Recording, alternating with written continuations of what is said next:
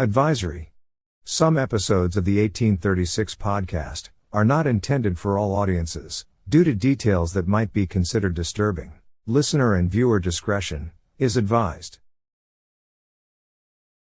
On this episode of the 1836 podcast, we will hear from Zelma Hudson Jones. Zelma was born on January 26, 1925, and faced early hardships as her mother passed away when she was just 6 months old. Raised by her loving grandparents, Pate and Tennessee Wilkerson, Zelma affectionately called them Mommy and Poppy. Her journey began in the township of Turkey, in Marion County Arkansas, where she was born at home. Later, she moved to Peel and resided near the White River.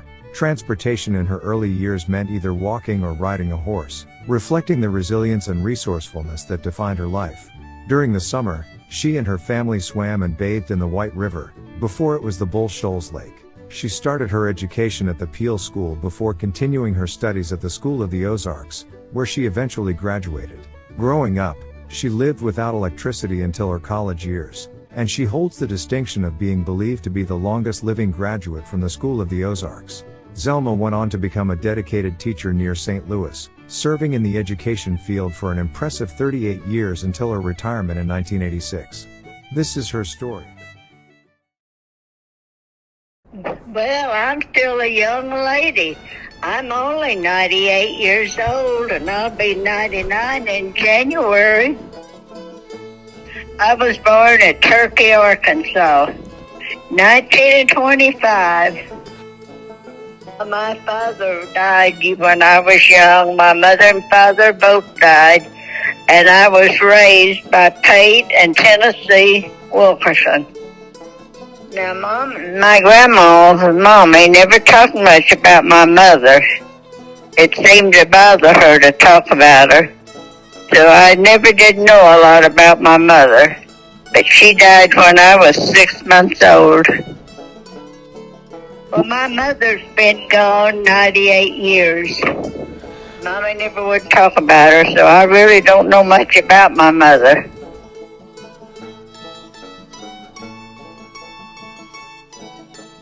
No, I grew up at Peel. See, when I was growing up, we didn't have electricity. Well, when I went to the School of the Ozarks, we had electricity, but Lead Hill was getting electricity down in the stores and all. But no, we had that lamp, and I thought nothing about it. White River, I could swim it by the time I was 10 or 12 years old. That was our bathtub in the summertime, you know. No, we growed the water out of the well and put it in the big iron kettle and heated it up so we would have the warm water to wash our clothes in. And you washed your clothes on the rug board and hung them on the line.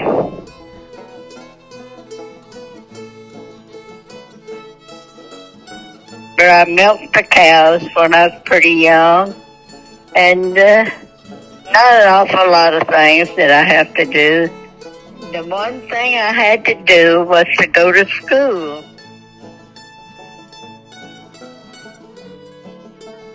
I went to school at Peel between 25 and 30. That's a long time ago. I can't remember, but I'm the only one living.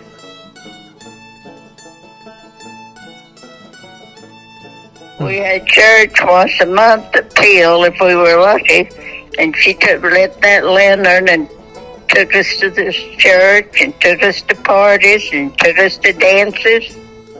I told you I was raised by grandparents, and my grandma I never heard her raise her voice or say an unkind word to me. She just outsmarted me. Oh, the most precious person that ever lived. Just think, grow up in a home where they never raise their voice or say an unkind word to you.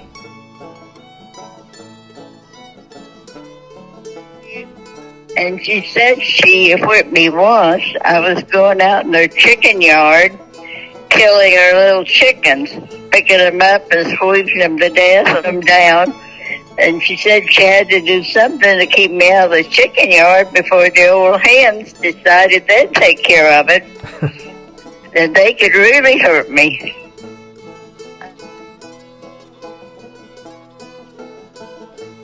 Poppy always killed at least 2 hogs, big fat hogs. I doubt if that did us all year.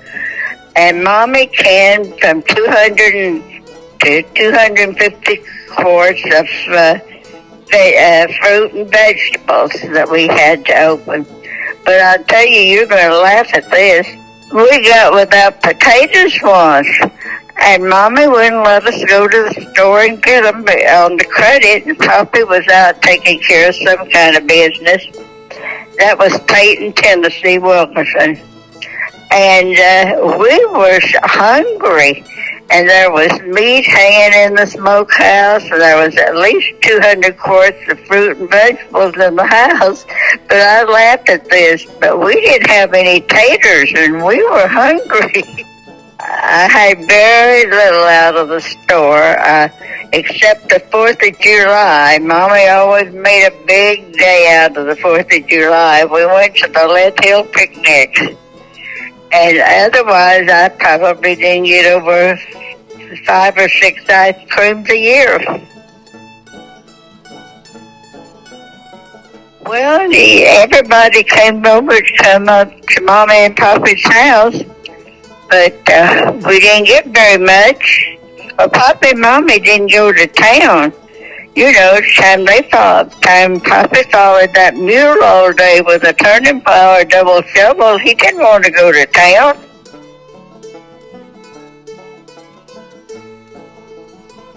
We walked or rode a horse. Our Papa didn't get a car until, I don't know, just before the Bull Shoals was built. I rode the train from Pate, Arkansas up to Hollister to go to the School of the Ozarks. I learned to drive in 1958, and that's when I went to St. Louis, and I learned to drive in St. Louis.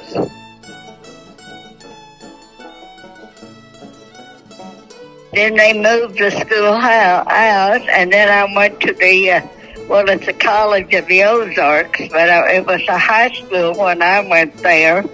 And I went to my 79th high school class reunion Saturday night.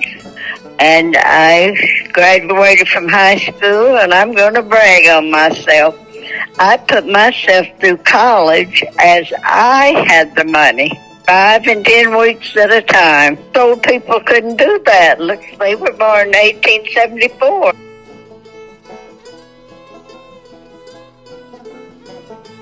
Well, I was still a big baby, crazy about my mommy. You're going to laugh at this. I cried for her when I went to the School of the Ozarks. I honestly cried for my mommy. That's how I worshipped her. But look where she put me. The School of the Ozarks, I worked in the canning factory, which I liked very much because they didn't stand over me all the time. And, you just can't believe how strict they were. And I worked in the weaving room. But we had to get up and go to breakfast every morning when the bell rang. If you didn't, and you didn't have an excuse, you got hours of demerits, and you soon got kicked out. And then we had our work day after supper, or school or work day, whichever. And after supper, the girls had to go back to the dormitory. And a certain time, the lights would flash. I can't remember the time, though. The lights would flash, and then we had to get ready for bed, and then they'd flash again, the 5-minute lights, and they came by the room and checked the room to make sure you were in bed. Well, when I was at the School of the Ozarks in 1942, we got to walk. I like to tell this. We got to walk to Branson. You know, that was a pretty good walk. And sometimes there wasn't a nickel to buy a candy bar. See, we didn't graduate as early then as you do now. And I was at the School of the Ozarks, and I loved it up there. Well, I had food to eat when I was a little girl, not the stuff you have to eat now. But I had, they raised their own food. They made a big garden and they canned, and I had food to eat. And we had moonshine to drink. The first time I remember going to a doctor's when I was a junior in high school, and I was going to the school of the Ozarks. I had to get the doctor to sign some papers. She got Watkins liniment. They used to have a Watkins peddler going from door to door selling stuff, and I don't know what they used that for. I asked the doctor, I go twice a year to the doctor, and I asked him what it was for, and he said, you rubbed it on your arm for sores or something, but I don't know. And big salve, I'm going to tell you, big salve will do anything nearly.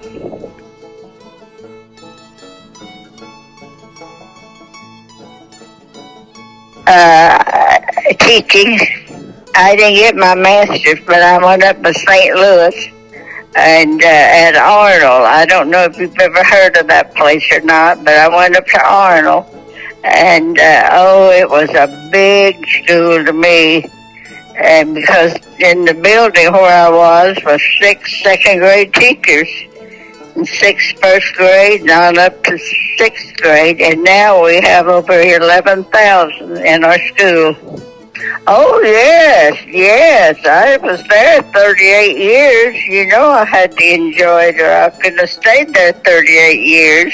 But I loved all of those kids, and they all had a different personality. And I doubt if you know anything about hyperactive kids. Well, you need to get about 3 of those in your classroom. They can all but climb that wall. And they can't help it, though. They can't help it. Yeah. So you just have to figure out how to take care of them. And what works for one may not work for another one. You just think how hard teaching is. You have about 25 or 30 different personalities. Now you have to make a lesson plan for each one of those kids. Oh, it's one of the hardest jobs there is. People don't think it is. They think it's nothing, but you've got to find a way to reach all of those kids. I've come to the conclusion that kids don't fail. Teachers just fail to get it across to the kids. Can you imagine teaching 30 kids in a classroom and all different personalities, and they learn different ways? And one of the hardest jobs there is. Now, I don't know how many years they have to teach anymore. I've been out of it since '86.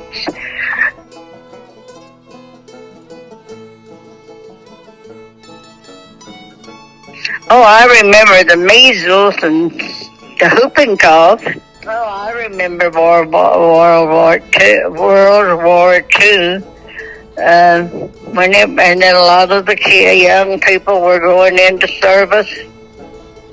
And then a lot of people went to the different plants. They called it plants, and worked and came back and remade the houses and did a lot of work.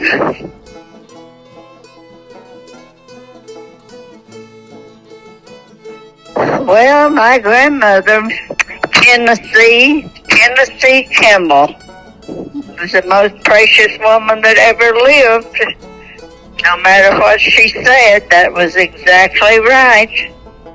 And, I still miss her. Mommy was born in 1874, lived till 1969.